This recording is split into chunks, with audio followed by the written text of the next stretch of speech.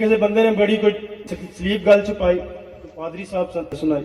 उन्हें कहा मैं पूछा है कि भाई जी दसो सलीब केड़ी पाई जे, सज्जे पासे वाली, खब्बे पासे वाली के विचकार वाली? कई सलीब वड्डी लटकाई है, पता नहीं है केड़ी है, सज्जे वाली है कि खब्बे वाली है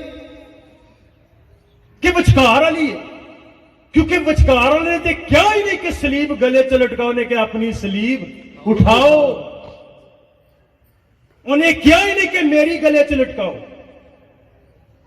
उसने कहा अपनी, उन्हें भी नहीं कहा मेरी सलीब उठाओ, उसने कहा अपनी सलीब उठाओ।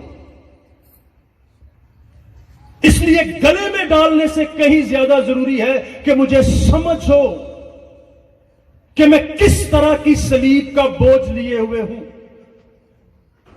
कई ऐसे ने चर्च के उत्ते 3 सलीबा बना देंगे, डेकोरेशन लिए, विचकार एक वड्डी, साइडां ते छोटी। हमें जरूरत नहीं कि हम डाकुओं की नुमाइंदगी करें,